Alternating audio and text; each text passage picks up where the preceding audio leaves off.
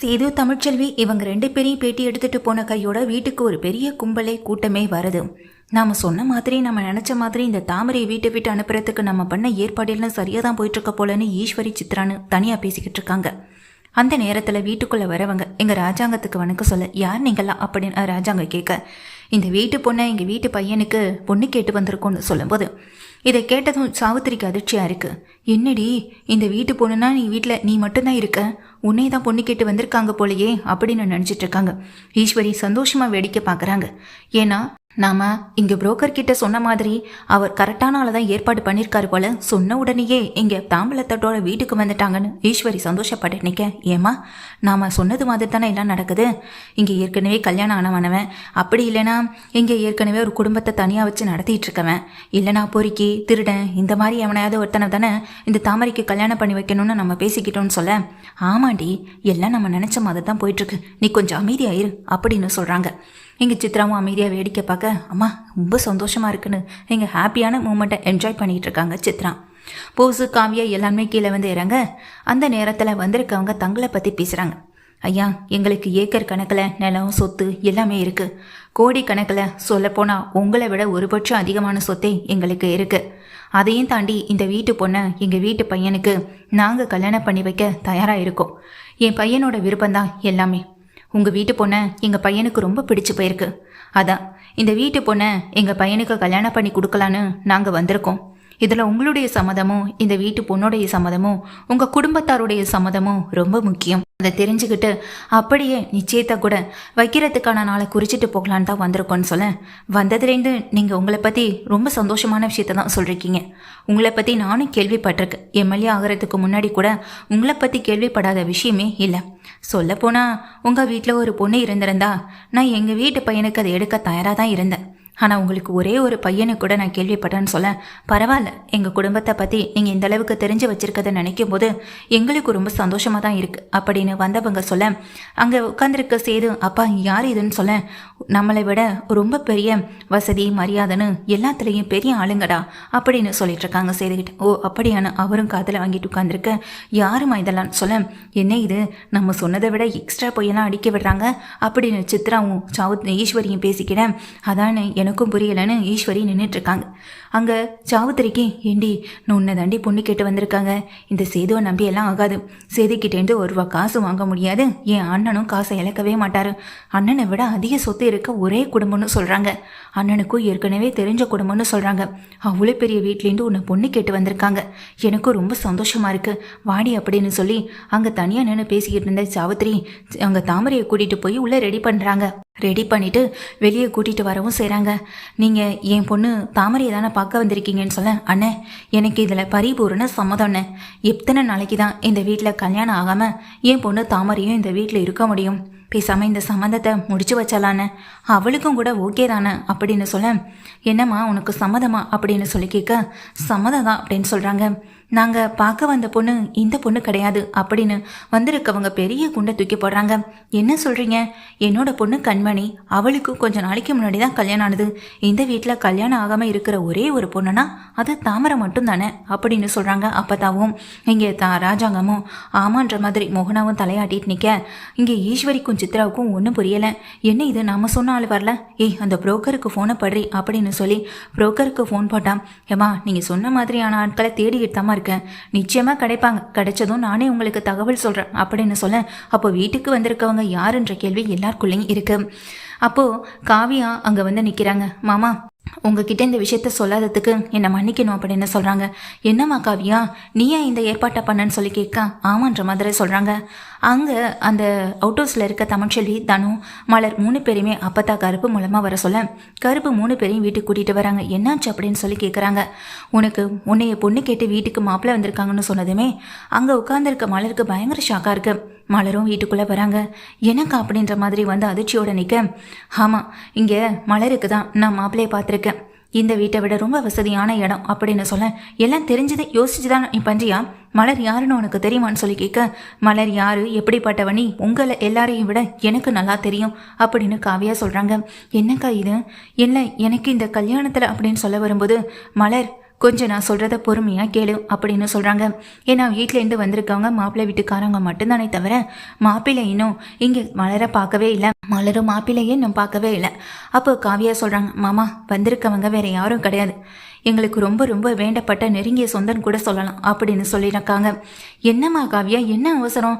இப்போதான் மலர் படிக்கணும்னு படிச்சிட்டு இருக்கா, அவள் படித்து வக்கீல் ஆகணும்னு ஆசைப்பட்றா. இந்த நேரத்தில் திரும்ப கல்யாணம்னா அப்படின்னு சொல்லும்போது எனக்கு இந்த கல்யாணத்தில் விருப்பம் இல்லை அப்படின்ற மாதிரி மலரும் சொல்லிட்டு இருக்காங்க. காவியா மலரை பார்க்க அங்கே தமிழ்ச்செல்வியும் மலரை பார்த்துட்டே இருக்கும்போது காவியா எல்லார்கிட்டையும் நான் ஒரு உண்மையை சொல்லணும் அப்படின்னு முன்னாடி வந்து நிற்கிறாங்க. என்ன விஷயம்னு வீட்டில் இருக்க எல்லாரும் கேட்க, மலர் உனக்கு என்ன ஞாபகம் இல்லாமல் இருக்கலாம், ஆனால் எனக்கு உன்னை ரொம்ப நல்லா ஞாபகம் இருக்குது. சின்ன வயசில் திமிருத்தனமாக நான் உங்ககிட்ட பல தடவை ரொம்ப மோசமாக நடந்திருக்கேன். அந்த ஊர் கொட்டகையில் நம்ம நிறைய விஷயங்களை நம்ம பார்த்துருக்கோம், பேசியிருக்கோம், பழகியிருக்கோம். உன்னை விட சொத்து வசதின்னு எல்லாத்துலேயும் எனக்கு அதிகமாகவே இருந்தது. அதையும் தாண்டி இப்போ பார்த்துருக்க மாப்பிள்ளைக்கு சின்ன வயசுலேயே உன்னை தானே ரொம்ப பிடிச்சது. ஆனால் அப்போது அவனுக்கு உன்னை பிடிக்கக்கூடாது, அவனுக்கு என்ன மட்டும்தான் பிடிச்சிருக்கணுன்றதுக்காக அவனுக்கும் உனக்கும் இடையில பிரச்சனையை பெருசுப்படுத்தி உங்கள் 2 பேருக்கும் இடையில இருக்க ஃப்ரெண்ட்ஷிப்பை நான் கட் பண்ணினேன். அதுக்கு பிராய்ச்சித்தமாக தான் நான் இப்போது இந்த தண்டனை ஏற்றிட்டுருக்கேன். உனக்கு புரியுமா புரியாதான்னு தெரியல மலர், உனக்கு என்ன ஞாபகம் இருக்கான்னு சொல்லி காவியா கேட்குறாங்க. மலருக்கு சின்ன வயசு ஞாபகங்கள் எல்லாமே நல்லா ஓடுது. நீ காவியா அப்படின்ற மாதிரி கேட்க ஆமான்ற மாதிரி சொல்கிறாங்க. எல்லாருக்கும் நெருங்கிய ஃப்ரெண்டுன்னு நிறைய பேர் இருக்காங்க, ஆனால் என்னுடைய ஒரே எனிமினா அது மலர் மட்டும்தான். சின்ன வயசில் மலர் என்னுடைய ரொம்ப பெரிய எனிமி. அவள் படிப்பை விட்டதுக்கு காரணம் கூட நான் தான். என்னை விட அவள் எந்த மார்க்கும் எடுத்துடக்கூடாது, அதிக படிப்பு படிச்சிடக்கூடாதுன்னு நான் அவகிட்ட ரொம்ப மோசமாக பிஹேவ் பண்ணினேன். எங்கள் அப்பா மூலமாக அவருக்கு வெளியூரில் வேலை வாங்கி தரேன்னு சொல்லி அவரை வெளியூருக்கு அனுப்ப அம்மா இறந்ததை காரணம் வச்சு மலரை நான் தான் அந்த ஊரை விட்டு அனுப்பவும் செஞ்சேன். அதுக்கப்புறம் நான் சந்தோஷமாக ஃப்ரீயாக படித்தாலும் நான் என்ன மார்க் எடுப்பனோ அதை தான் எடுத்தேனே தவிர உன்னையை விட முந்த முடியலை. அதுக்கப்புறம் தான் தெரிஞ்சது நீ படிப்பை விட்டுட்டேன்னு. இந்த குற்ற உணர்ச்சியை நான் ரொம்ப நாள் கஷ்டப்படுத்துனுச்சு. அதுக்கு பிறகு உன்னை பற்றி தேட ஆரம்பித்தேன். நீ எங்கே இருக்கன்னு நான் தேடி தேடி அலைய ஆரம்பித்தேன்.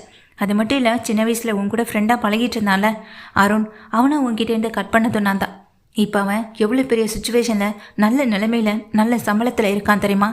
உன்னை பற்றின விஷயத்த நான் தான் அவன்கிட்ட இமெயில் மூலமாக கான்டாக்ட் பண்ணவும் செஞ்சேன். அவனுக்கும் உன்னை ரொம்ப பிடிச்சி போயிட்டோம் அப்படின்னு சொல்கிறாங்க. மலர் இதெல்லாம் கேட்டு அதிர்ந்து போய் நிற்க, என்னக்கா இதெல்லாம்னு சொல்ல, ஆமாம் அப்படின்ற மாதிரி எங்கள் மலர் தமிழ்ச்செல்வியை பார்த்து தலையாட்ட, என்னை மன்னிச்சிரு மலர், நான் உனக்கு பெரிய துரோகத்தை செஞ்சேன். கடைசியில் நீ விட்டுட்டு போன வாழ்க்கையை நான் வாழ வந்திருக்கேன், அதுவும் இந்த கேடு கெட்டவன் கூட அப்படின்னு சொல்கிறாங்க. இதை கேட்டதும் மலர் அது இப்படியே அதிர்ந்து போய் நிற்க, நீ உன் படிப்பை தொடர்ந்து படிக்கலாம், அதே நேரத்தில் உனக்கான வாழ்க்கையை அமைச்சு கொடுக்க வேண்டிய பொறுப்பு ஒரு இனிமையா இல்லை, இனிமே உன்னுடைய ஃப்ரெண்டா எனக்கு அது இருக்குன்னு காவியா சொல்கிறாங்க.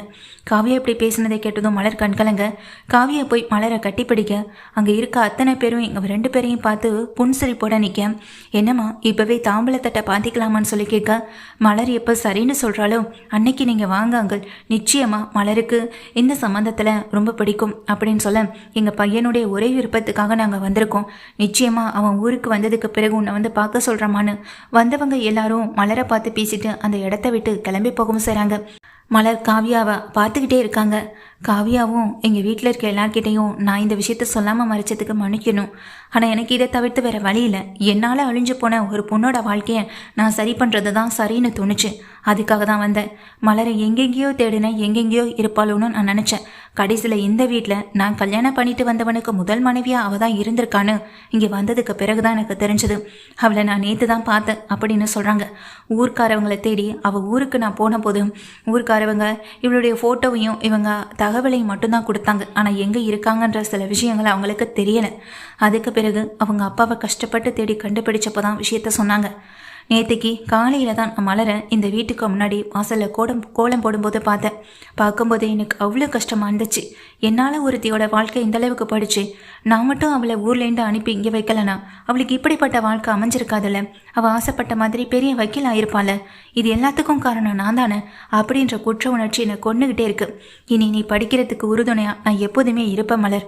அதே போல் நான் உனக்காக பார்த்த மாப்பிள்ளைய நீ கல்யாணம் பண்ணிக்கிட்டா அதை விட சந்தோஷம் எனக்கு வேறு எதுவுமே இல்லை. அதுவும் உனக்கு எனக்கு பிடிச்ச ஒருத்தனையே அப்படின்னு சொல்ல ஈஸ்வரி சித்ரான்னு அவங்க முகத்தில் அடிச்ச மாதிரி இருக்கு. என்னம்மா நீ போயும் இவளுக்காகன்னு சொல்ல, போயும் இவளுக்காகல, இவ இந்த நிலைமையில இருக்கிறதுக்கு முழுக்க காரணமே நான் தான். நான் செஞ்ச தப்ப நானே சரி பண்ணணும்னு நினைக்கிறேன் அப்படின்னு காவியா சொல்றாங்க.